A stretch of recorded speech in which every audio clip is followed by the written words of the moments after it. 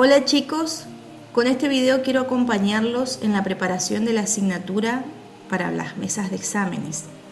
Mi intención es orientarlos sobre las ideas centrales que espero escuchar durante el examen oral. En el eje número 1 trabajamos 4 autores: Flavia Terilli, Güemes Hidalgo y otros, Bouman María Alejandra y Cabello Josefa. Todos ellos intentan responder una misma pregunta: ¿quién es el sujeto de la educación secundaria? Flavia Terilli plantea que el sujeto de la educación no es universal, sino una construcción histórica porque cambia según la época, social porque se construye en relación con otras personas, cultural porque está atravesado por los valores, las creencias y los modos de vida de cada sociedad, subjetivo o subjetiva porque cada persona interpreta y resignifica, es decir, da nuevos significados a sus experiencias de manera única. Por eso no existe un único sujeto de la educación, sino múltiples formas de ser estudiante. Terilli también va a diferenciar sujeto de alumno. El sujeto es la persona en toda su complejidad, con historia, identidad, experiencias, deseos y un contexto particular. El alumno, en cambio, es una categoría construida por la institución escolar. Es el lugar que la escuela le asigna a quien asiste a ella, a través de normas, reglas, horarios, formas de evaluación y expectativas. La escuela también modela determinadas maneras de ser alumno. Aparecen en el texto de Terilli dos conceptos importantes. El primero, naturalización, la cual consiste en considerar que determinadas características de los estudiantes son innatas o propias de su condición, como si no estuvieran influenciadas por la historia, la cultura o el contexto social. Decir, por ejemplo, este alumno nació desinteresado o los adolescentes son rebeldes por naturaleza. Estas frases implican naturalizar una conducta. Otro concepto es normalización, la cual implica establecer un modelo considerado normal y comparar a todos los estudiantes con ese modelo, clasificando como desvío o problema a quienes no responden a ese patrón. Pensar, por ejemplo, que todos los alumnos deben aprender al mismo ritmo, comportarse de la misma manera o responder igual en clase. Terilli invita a los futuros docentes a desnaturalizar, es decir, comenzar a preguntarnos, analizar esas ideas planteadas por ella y a comprender que las diferencias entre los estudiantes no son defectos ni anomalías, sino el resultado de trayectorias o recorridos, contextos e historias de vida diversas. Por eso enseñar implica reconocer la singularidad de cada sujeto y evitar miradas simplificadoras. Hasta aquí comprendimos quién es el sujeto de la educación. Ahora vamos a profundizar en una de las etapas más frecuentes de ese sujeto dentro de la escuela secundaria, la adolescencia. Es importante que puedan diferenciar dos conceptos que muchas veces se confunden: pubertad y adolescencia. La pubertad hace referencia principalmente a los cambios físicos y biológicos producidos por la maduración sexual. En la mesa de examen espero que puedan mencionar algunos de esos cambios, tanto los caracteres sexuales primarios como los secundarios. La adolescencia, en cambio, es un proceso mucho más amplio. Incluye los cambios físicos de la pubertad, pero también cambios psicológicos, emocionales, cognitivos y sociales. Por eso es importante que puedan caracterizar las 3 fases de la adolescencia: la adolescencia inicial, la adolescencia media y la adolescencia tardía, explicando las características más relevantes de cada una. Si en la mesa les preguntan por la adolescencia, no se queden solamente con los cambios físicos. Comiencen diferenciando pubertad y adolescencia, expliquen que la pubertad corresponde a los cambios biológicos y luego desarrollen las características psicológicas, sociales y cognitivas propias de cada fase de la adolescencia. Continuamos con María Alejandra Bauman. El texto de Bauman tiene una mirada sociológica. Si con Derigi nos preguntábamos quién es el sujeto de la educación, Bauman nos ayuda a comprender quiénes son los jóvenes y cómo fue cambiando la manera de entender la juventud a lo largo de la historia. Lo primero que espero que puedan explicar es que la juventud es una construcción social e histórica. ¿Qué significa esto? Que la juventud no existió siempre de la misma manera, ni tiene el mismo significado en todas las sociedades. La forma de ser joven depende de la época histórica, de la cultura y del contexto social.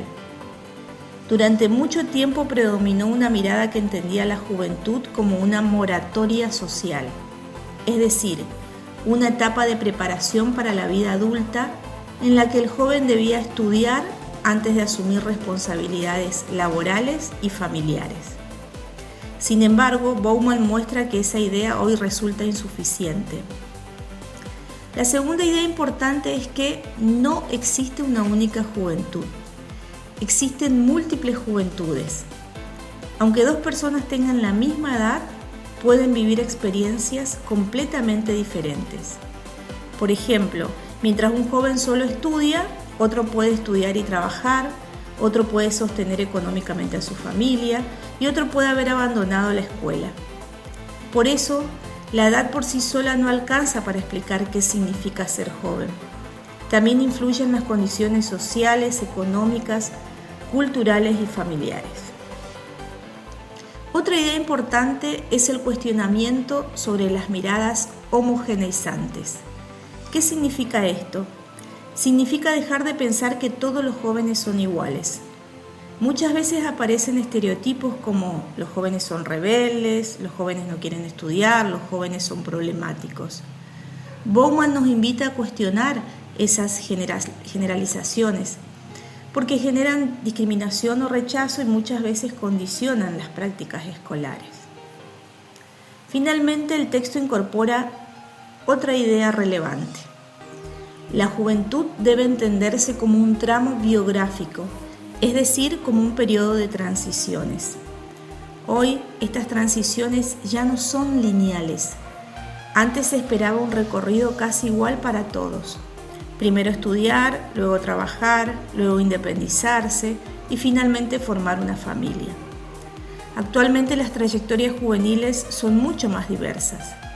Muchos jóvenes alternan estudio, trabajo, periodos de desempleo, dependencia familiar o distintas responsabilidades. Por eso hablamos de trayectorias juveniles diversas. La juventud es una categoría social e histórica.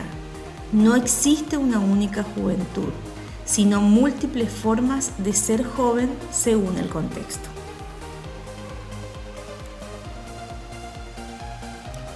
Ahora nos queda un último sujeto por analizar dentro de este eje, la persona adulta.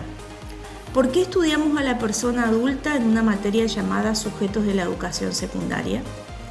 Porque la educación secundaria también es transitada por jóvenes y adultos. Por eso es importante comprender las características de este sujeto y las particularidades de su aprendizaje. Josefa Cabello nos propone pensar la adultez más allá de la edad cronológica. Ser adulto no significa solamente tener determinada edad, sino asumir determinadas características y responsabilidades. En este sentido, espero que puedan explicar algunas características propias de la persona adulta.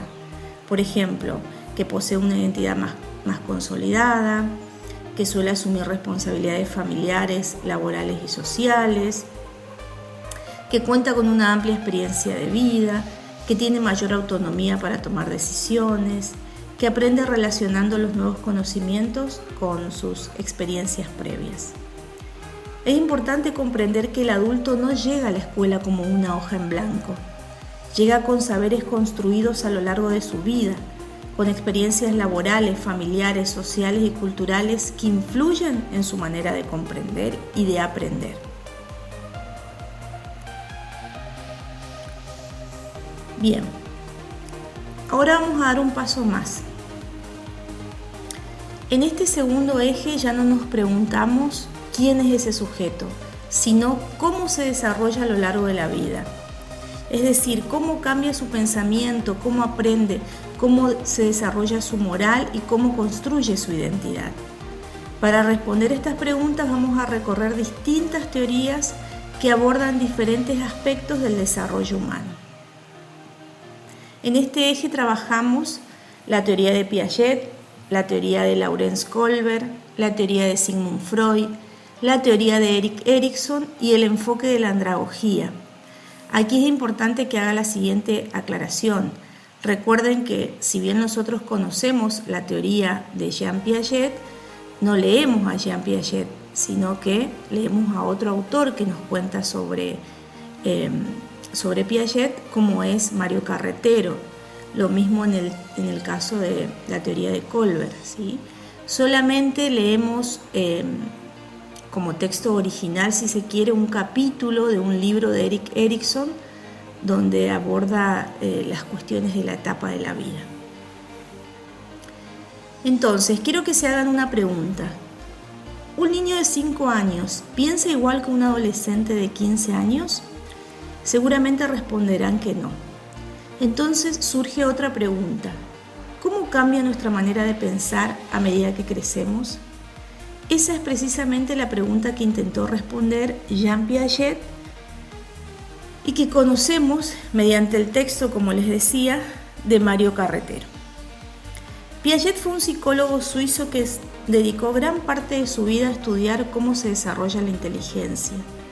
Para él, el desarrollo cognitivo no consiste simplemente en acumular conocimientos, sino en transformar progresivamente la manera de pensar y comprender el mundo. Por eso propone una serie de estadios o etapas del desarrollo cognitivo. En esta asignatura no me interesa que memoricen únicamente los nombres de los estadios. Lo importante es que puedan ubicar al sujeto de la educación secundaria dentro del estadio correspondiente y explicar por qué. Es decir, qué características de su pensamiento permiten afirmar que se encuentra en ese momento del desarrollo. Ahora les propongo otra pregunta. ¿Aprende de la misma manera un adolescente que una persona adulta? Un adulto que vuelve a la escuela después de varios años no llega al aula sin conocimientos. Llega con una historia, con experiencias familiares, laborales, sociales, con saberes construidos a lo largo de su vida. Entonces, ¿podemos enseñar a una persona adulta exactamente de la misma manera que enseñamos a un niño? Para responder esta pregunta, vamos a acercarnos al enfoque de la andragogía y particularmente aportes de un autor que lo pueden castellanizar, Malcolm Cowley, que recupera el texto de Castillo Silva. Aquí se define la andragogía como aquel enfoque que se ocupa de la educación de las personas adultas. Se presenta como un conjunto de principios fundamentales sobre el aprendizaje de los adultos. No se trata simplemente de cambiar el nombre de la pedagogía por andragogía. Lo que cambia es la manera de comprender al adulto que aprende y por lo tanto la manera de acompañar su proceso de aprendizaje. Y aquí vamos a encontrar 6 principios andragógicos. El primero, la necesidad de saber. El adulto necesita saber para qué y por qué tiene que aprender algo. No aprende solamente porque alguien le dice que debe hacerlo. Necesita encontrarle un sentido a ese aprendizaje y relacionarlo con sus necesidades y metas. El segundo principio está relacionado con el autoconcepto. El adulto se reconoce como responsable de su propio crecimiento y de sus decisiones. Por eso necesita tener un papel activo y cierto grado de autonomía en su proceso formativo. El tercer principio es la experiencia. El adulto llega al aprendizaje con experiencias y saberes previos que deben ser reconocidos y aprovechados. Su experiencia constituye un recurso importante para aprender, pero también puede contener hábitos, prejuicios o ideas previas que deben ser revisadas. El cuarto principio es la disposición para aprender. El adulto está más dispuesto a aprender aquello que considera significativo para su situación actual y sus necesidades. es decir, aquello que tiene sentido para su vida. El quinto principio es la orientación al aprendizaje.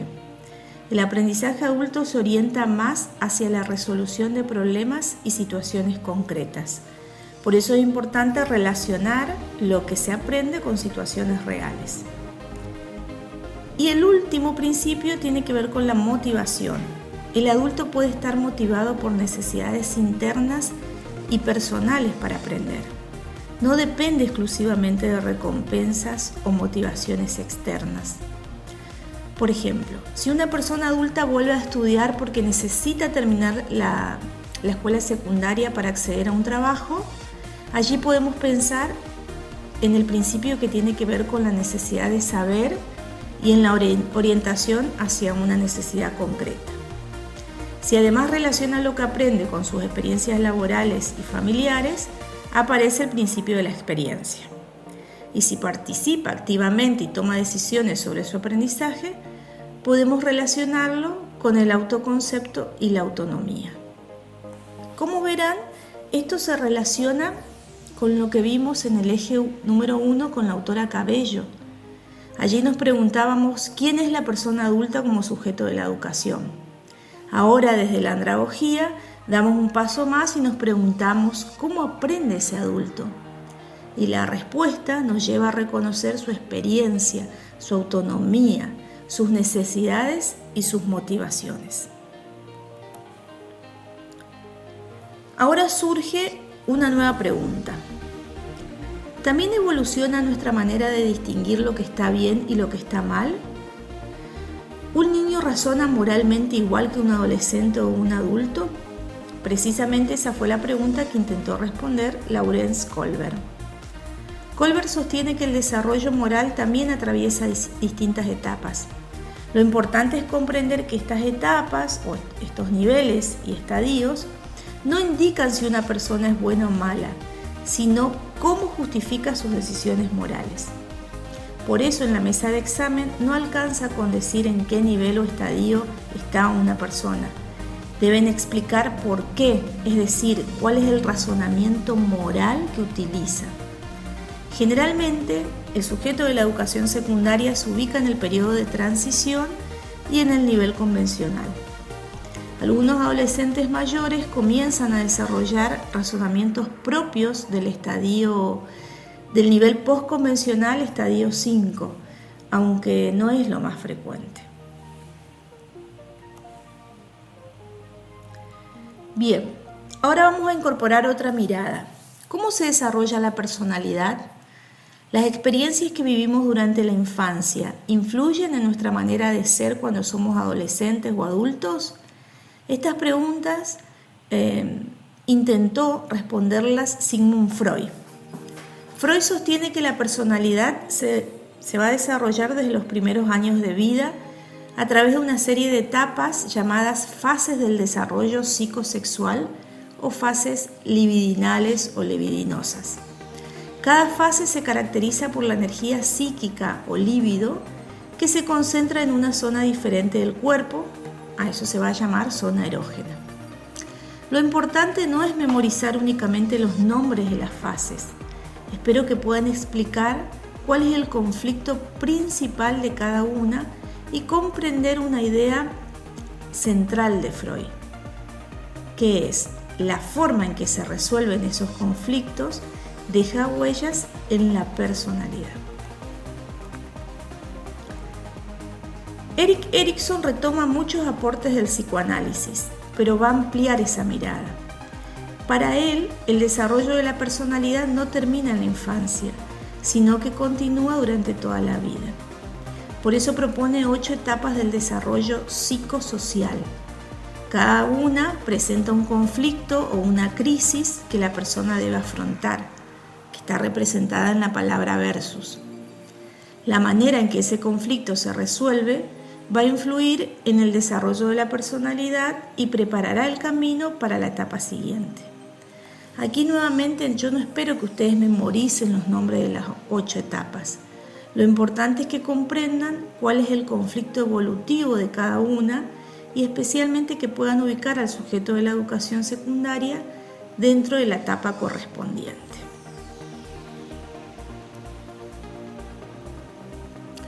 Finalmente, llegamos al eje número 3, donde nos centramos en el sujeto dentro del sistema educativo y en las situaciones que atraviesan su experiencia escolar. Si el eje 1 nos permitió preguntarnos quién es el sujeto y el eje 2 cómo se desarrolla, en este eje número 3 nos preguntamos algo diferente. ¿Qué sucede cuando ese sujeto se encuentra con otros y cuando transita una institución educativa? Allí aparecen las tecnologías, los vínculos, los conflictos, el maltrato y las distintas trayectorias escolares. Así que aquí espero que puedan contarnos algunas de estas situaciones según los autores que estuvimos trabajando.